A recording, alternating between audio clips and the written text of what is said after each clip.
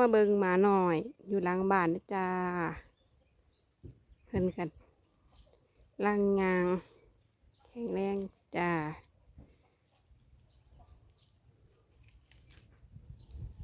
ตัวดำๆซื้อว่าจีน่านะจ้า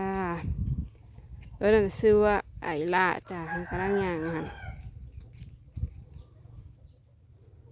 อันนี้เลเตอร์นะจ้า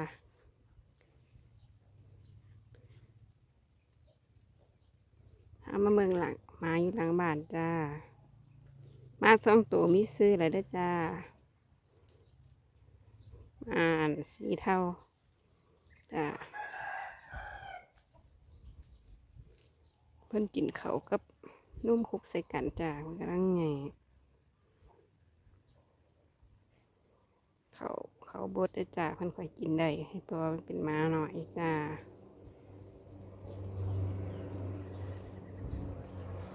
จ้า